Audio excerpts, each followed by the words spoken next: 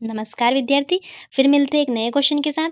करते हैं 10th class की फिर से एक नई शुरुआत। 8.1 का क्वेश्चन नंबर 7वां मैं आपको समझाने वाली हूँ। क्या देके रखा है बेटा? आपका देके रखा है कोट। क्या देके रखा है? कोट थीटा बराबर 7/8 देके रखा।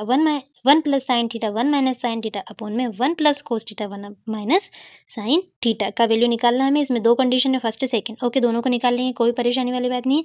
सबसे पहले आपको याद होना चाहिए इस क्वेश्चन को सोल्व करने की शॉर्ट ट्रिक है हमारे पास। क्या है वो? है a प्लस बी। क्या है? a plus B, A minus B, मतलब A square minus B square का फॉर्मूला क्या होता है बेटू? A square minus B square का होल स्क्वायर का जो फॉर्मूला होता है, मतलब क्या?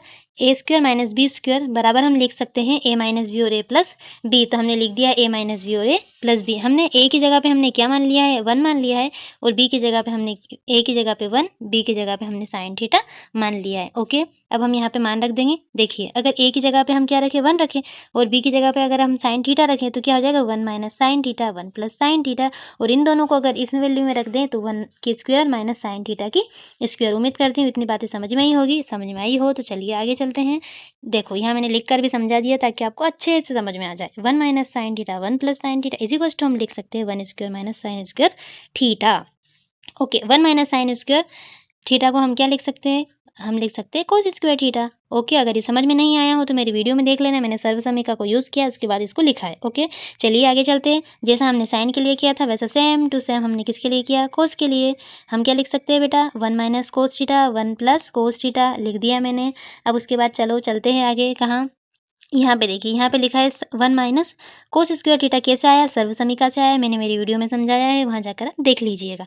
उसके बाद आपको आ जाता है 1 माइनस कोस स्क्वायर थीटा को हम क्या लिख सकते हैं? 1 माइनस कोस स्क्वायर थीटा को हम साइन थीटा लिख सकते हैं। अब इधर देखिए, अब मैंने क्या करा है? जो मुझे आया था कोस की वैल्यू लिख दी मैंने, और साइन की वैल्यू मतलब कोस स्क्वायर थीटा अपॉन में साइन स्क्वायर थीटा। क्या होता है बेटू? लाल बटा कक्का से मैंने समझाया था आपको कि लंब बटा कर्ण आधार बटा कर्ण। ठीक है, तो वैसे हमारा हो गया क्या? कोट स्क्वायर अपॉन में थीटा। क्या आ गया हमारा आंसर? कोट स्क्वायर अपॉन में थीटा।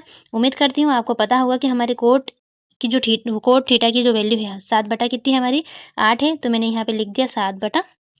अगर मुझे स्क्वायर चाहिए तो मैंने दोनों ही वैल्यू में, क्योंकि हम जो भी काम करेंगे दोनों ही करेंगे, दोनों साइड करेंगे। कैसे करेंगे? एलएचएस साइड भी और आरएचएस साइड भी।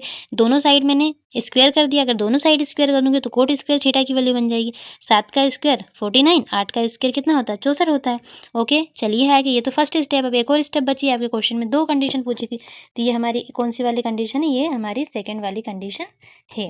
ठीक है, सेकेंड वाली कंडीशन क्या देके रखी है? आपको देके रखा है कोट। क्या देके रखा है आपको?